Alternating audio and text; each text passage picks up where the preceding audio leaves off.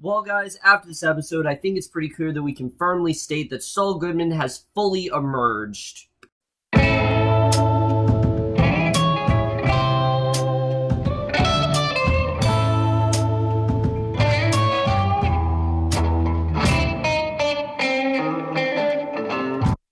Hey guys, here for Better Call Saul, Season 3, Episode 7, Expenses, and I was definitely looking forward to this episode, especially, like I said, I've really been loving this season, as you guys know, and especially the way things left off at the end of Episode 6, when we now know Jimmy has kind of started to transform into Saul Goodman, and a lot of people are like, oh, obviously he doesn't fully transform, he does still have the Jimmy personality in him, because, the show would end if he fully transformed to Saul Goodman, but he is making his way towards those steps of really, venturing into this other persona, and you can tell in this episode he's really starting to embrace it, but in a way it's also really starting to erase a lot of the good that was in, Jimmy McGill to begin with, and that's the main thing this episode did a really good job with, is that, yes, Jimmy is starting a down spiral, but ultimately that's inevitable. I mean, we've known from the beginning of the show,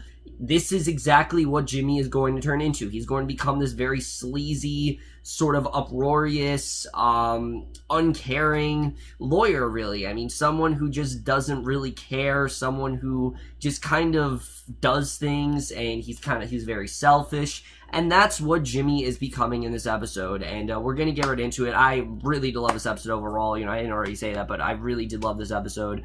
But I love the way we start things off, because we start off Jimmy, and he's just casually performing community service, basically. This is obviously what he was forced to do by the courts, and it's consistent of picking up litter under a highway overpass, and throughout this entire episode, he's very much distracted. This is not the Jimmy McGill we've come to know. If this was Jimmy 2 years ago, he'd be very focused on it. He'd be very patient.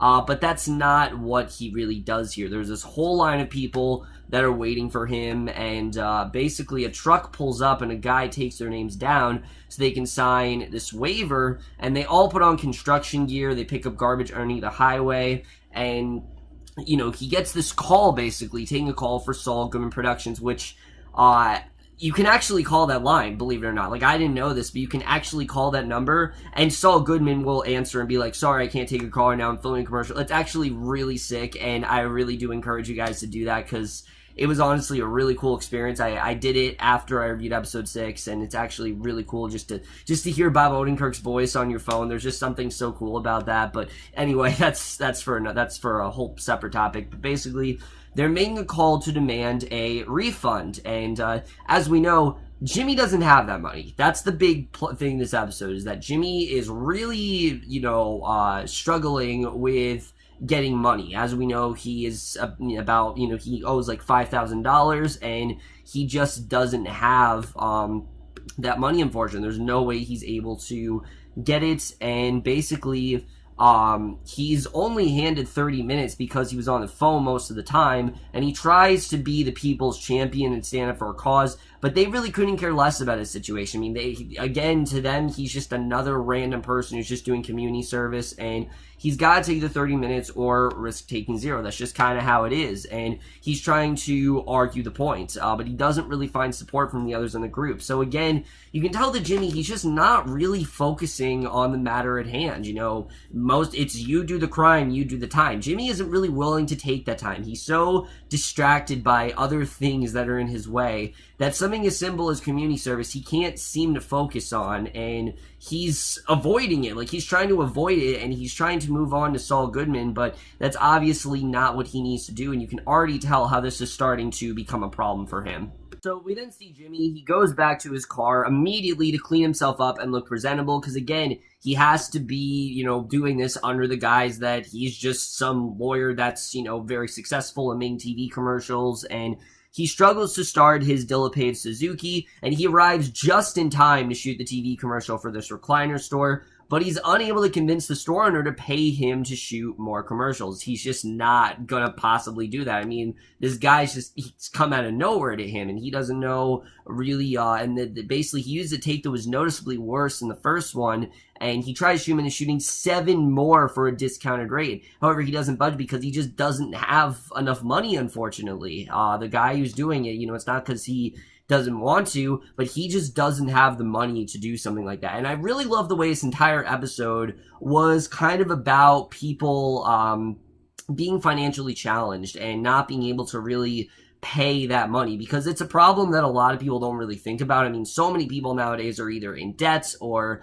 some people even don't have jobs. I mean, it's really sad, but it's something that we don't really think about, not just people that are homeless. I'm talking like people that just have problems with money and they can't support themselves financially. That's kind of what this episode is covering. Jimmy is in a position where he can't possibly do that. He's desperate for money. He's doing whatever he can to get it, and even if it's not really working out for him. So I definitely did feel bad for him in this scene. But outside, he haggles with Joey and his film crew over splitting expenses, and excuse me, guys. That night we see Jimmy and Kim are actually going over their expense, and Jimmy gives her this large amount of money from his end, making her wonder if he's really dilapating his savings. Is he really doing a good job with all this? Is he really saving it?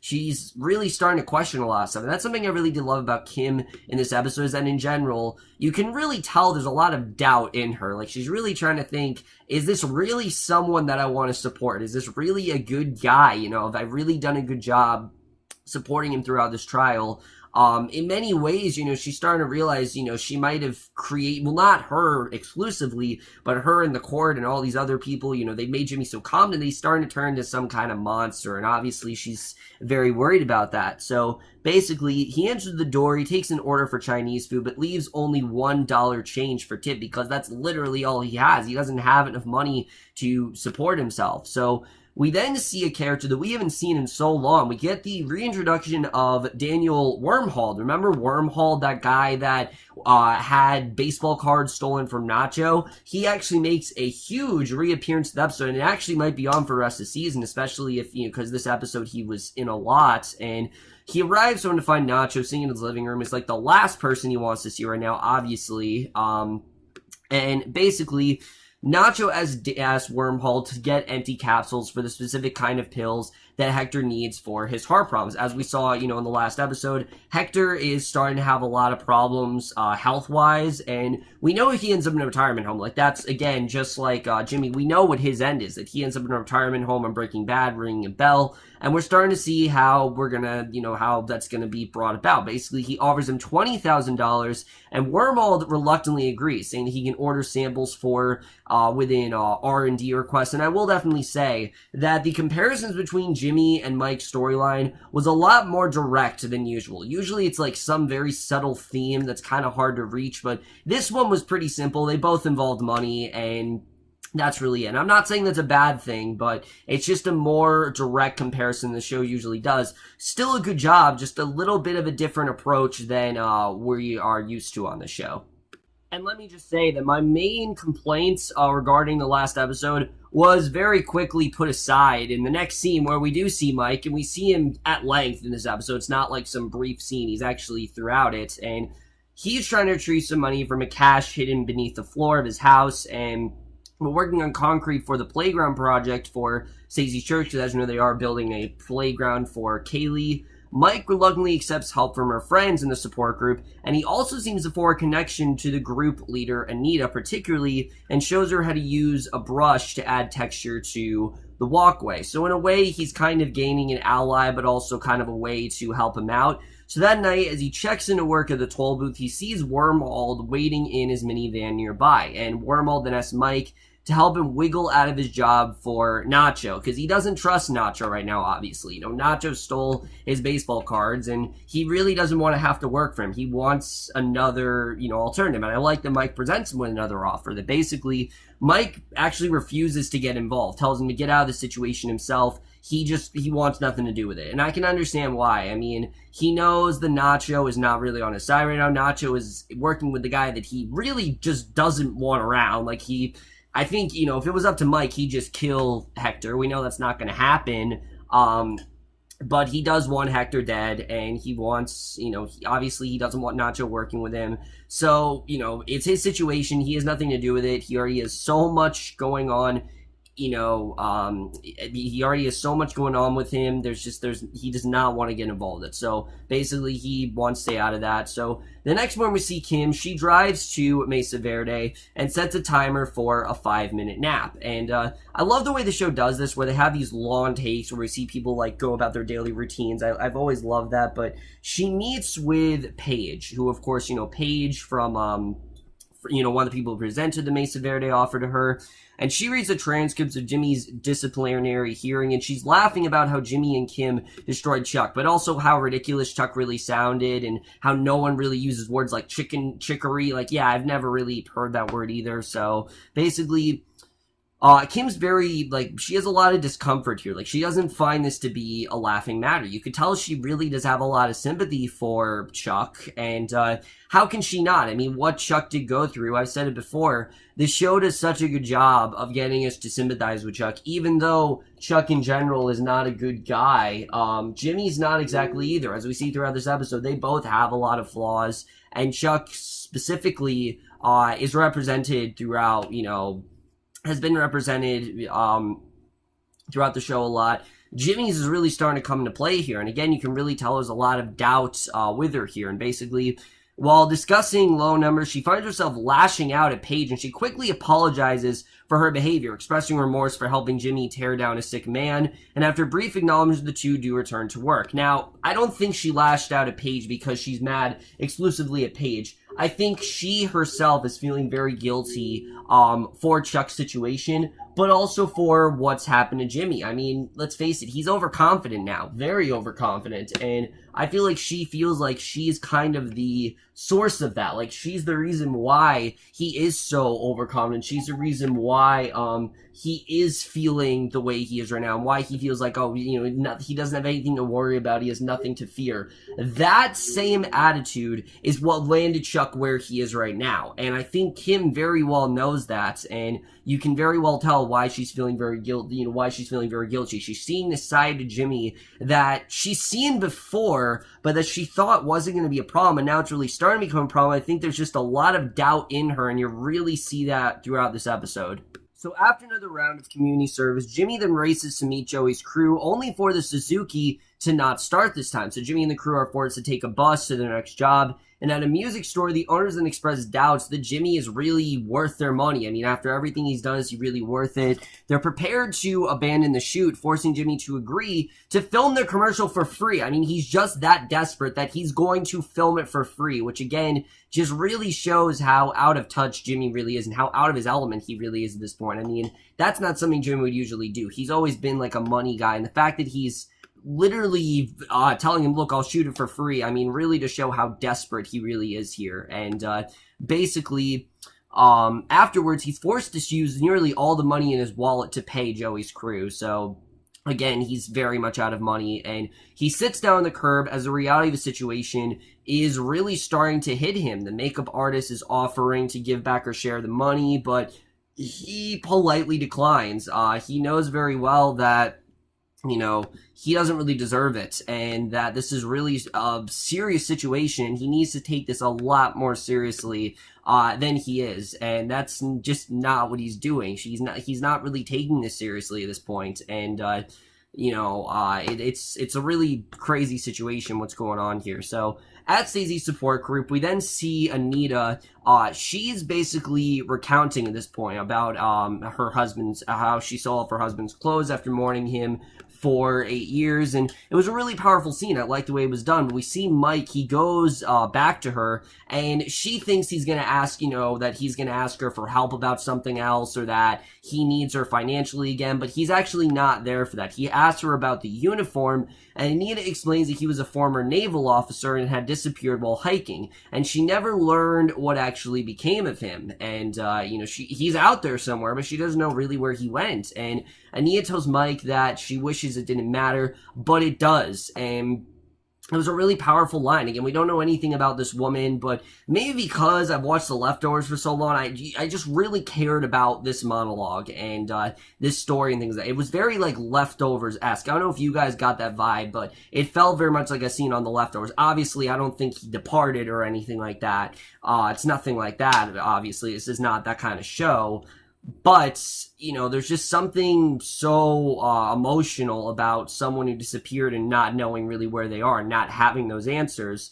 Felt very Leftovers-esque in that way. But basically, outside the church, Mike actually phones Wormald and tells him that he's in. So I'm assuming that this is kind of his way of giving Wormald another offer. We don't know exactly what it's all about, but I guess this is kind of his way of doing that. I mean, obviously he told him I have another offer for you, so I'm thinking this might be what that is, but I could be wrong. Jimmy then meets up with Kim at the back of WM and sees that she's very, you can tell that she's very much exhausted, and he takes her to this bar where they scope other patrons as potential marks, and again, she thinks that he's joking around, but we can tell that he's actually serious. Like, he's just willing to get whoever to give him money, which, I mean, you can't really blame him, but at the same time, that's just not how Jimmy usually is. And he sees his customer rudely lambasting a waiter. He outlines a con to sell the man a worthless credit card for $5,000, and Kim is unnerved at Jimmy's demeanor in plotting the scam, but he tells her that it's all talk, and Kim asks if there wasn't another way they could have handled Chuck.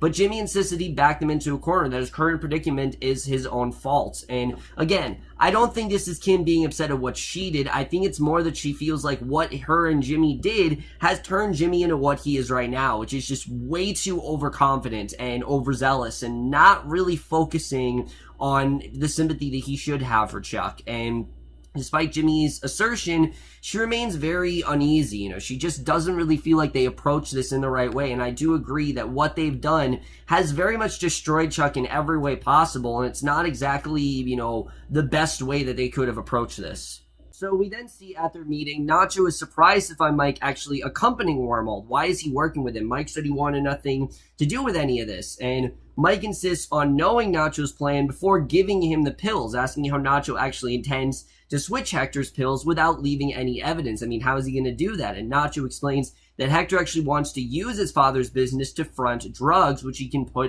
actually can put his father in danger. And after examining Nacho's gas cap, Mike tells him that other people are watching Hector and to make sure that he switches the pills back if he goes through with his plan. And then Mike agrees to Nacho and Daniel's exchange, and once Nacho shows him the money, he gives him one more thing, which Mike then pulls out a pad and pen in anticipation of. And we don't know what that's all about. What's this last thing that he's going to give him? But basically, you know, he says to pull this off without a bullet in his head so as to leave behind no trace, and basically that he really doesn't have much of a choice to switch the pills. So we don't know what that's all about, but then we get to the final scene here, which this was very interesting the way this was played up. We see Jimmy, he goes to an insurance company to try to get the money back that he spent on malpractice insurance, and the woman states that not only is it against the rules to refund that, but his premiums will go up 150% when his license is actually reinstated. So it's an even worse situation than he thought. And basically, as the reality situation really starts to hit him, we see he actually starts crying in the office, asking for just one break. And at first, I really believed it. Like, I thought Jimmy was genuinely very upset, and he spills out all his problems to the insurance lady. He starts mentioning his brother. I mean, he really does seem to be upset here that his brother has this condition. He states how the mistakes that he's made with clients because he's working under a gas lantern and suffered a mental breakdown in the bar hearing, just everything that he's really gone through in this show, you know, he's really starting to break down about, and he thinks that one more mistake will actually destroy him, and notices that she's writing everything down, basically. You know, he thinks that this is going to destroy him, and he asks if she's really going to do anything, and basically, you know, he says, he just randomly says, like, oh, I don't want to do anything bad to my brother, don't do anything bad to him, but she says that she actually will maybe do something about it, and he walks out, and he starts smirking, realizing that this is all kind of an act. He's actually gotten Chuck in trouble as he had intended, and that is the way this episode does end. But let's just get into this episode and where I do think we're going to go from here. So really a great episode, but let's just talk about the final scene because there is a lot that I liked about the final scene, and then there's stuff that I didn't like about that last scene. First of all, when Jimmy's crying at first, I'm not gonna lie to you, I believed it. Like, I believed that he was genuinely upset. Like, this was really starting to hit him, that holy shit, this is a serious situation. And I really, I'm desperate here. I thought this was him really starting to crack in that way. But the end of the episode suggests that no, he just kind of put on an act to further ruin Chuck's life. And yes, obviously I know that Jimmy is adamant on destroying Chuck, but again, that same confidence is what got Chuck in the place that he is right now. So, obviously it's not good. But the fact that Jimmy would fake all of that, it just didn't seem like something Jimmy would do. I mean, Jimmy, yes, I know he's good at playing things up, but I just didn't feel like he would do something quite like that, where he would actually cause, completely go after his brother. But that's what it seems like is happening now. Now we're going for an all-out war. He's not backing down. He's going after him. Now, we don't know what the hell Chuck's playing. We didn't even see Chuck in this episode. We didn't see Hamlin either, so we don't know what either of those characters are planning. But whatever it is, we definitely know that Jimmy is ready to play, he's ready to play, basically. Like, he's ready to take him down, and whatever, Chuck's planning, Jimmy's going to come in guns blazing, so we'll have to see the way that really turns out. I think, again, that last scene was very interesting, the way that was really handled. Now, as far as Kim goes, I can understand what's going on here with Kim, that she really is harboring a lot of guilt, but I don't think it's just guilt. I think it's also doubt. A lot of doubt in her and Jimmy's relationship. Is this really someone that I should trust? Is this really someone that I should be allying with this entire time? I think she just feels like a lot of what she's done has been wrong, and that she really has turned Jimmy into kind of what he is today by helping him. He has a big ego. We've known from the beginning that Jimmy has a big ego, and he's really let that ego get in the way. And now he's doing a lot of things kind of, in a way where he's not caring, and he's just doing things to provide for himself. And she kind of feels like she got him to that point. So I can understand why Kim is having a lot of guilt. And she also knows what Chuck's gone through. So obviously she does care about him, and I can understand why she is kind of upset about what happened. I don't think it's her, specifically. I think it's more about her and Jimmy and how she really is starting to see the side of Jimmy that she didn't think would be a problem, but now she's realizing is going to become a problem, and she doesn't really know what to do moving forward. So I'm definitely interested in seeing where that's going to go. As far as Mike, what is Nacho's real plan here with him and Wormald? Now, I don't know if we're going to see Wormald again, but we'll have to see the way that really turns out between Mike and Nacho. Obviously, he has this plan to do things so Hector doesn't notice, so there's no evidence there, but I don't know the way that's really going to go. I think that's going to be interesting. The fact that Gus was in this episode, again, very risky. We saw Gus in the last episode. The fact that he wasn't here, I was a little bit surprised about. I don't know why Gus was absent. Like, it felt like something was missing in that plot, so I'm sure we'll see Gus again in the next episode, but it did feel like he definitely was missing here, and his presence was definitely missed. Like, Giancarlo Esposito is just so great as that character that when he's not here, you really do feel like he's missing, and I will definitely say that. My only other thing with this episode is, again, this side of Jimmy is it's not the most likable. It's not, but it's not supposed to be either. So I wouldn't really say it's necessarily a problem. It's more just, character regression. It's not character regression. This is where Jimmy's going to end up. He's going to turn into this very callous lawyer who doesn't really care as much. And, I know Saul definitely had his moments, but when he turns into Saul, he's going to become more fake than ever, and that's kind of what Kim, I think, she definitely is starting to see hints of that. So we'll have to see really where that's going to go. And like I said, I do think this episode really did cover a problem going on in society that we don't really think about. Not necessarily people who are homeless, but people who are very financially unstable and who actually need people to do it for them. That's kind of what Jimmy's going through right now, and I really did like the way the episode did represent that. How Kim thought, oh, this is kind of just, she was jokingly thinking it, but no, this is actually a problem that he's not really taking that seriously, and that's kind of why I didn't exactly buy the fact that he would fake all that. I feel like it would start to him. Reality is going to get to him eventually, and I don't really know the way that's going to go from here. Overall, guys, I definitely really did enjoy this episode. I'm definitely looking forward to seeing where the rest of the season really does go. And I am going to give this episode of Better Call Saul, Season 3, Episode 7, Expenses, a 4.5 out of 5 or an A-. So over, guys, in this episode of Better Call Saul, the most guys thought of this episode overall, left your thoughts in it, and we'll see you guys in my next, which will be for Episode 8 of Better Call Saul. I'm almost done with this season. I know it's taking me a while, but I will finish it today. I promise you I will. And I will see you guys for that. Okay, bye. You want to tell the world you're in love with a girl named Fran? So you find an overpass and you say it with a spray paint can. Blue lights start a blinking, those handcuffs click. You know who to call and you better call quick. Saul, Saul, you better call Saul. You'll fight for your rights when your back's to the wall. Stick it to the man, justice for all.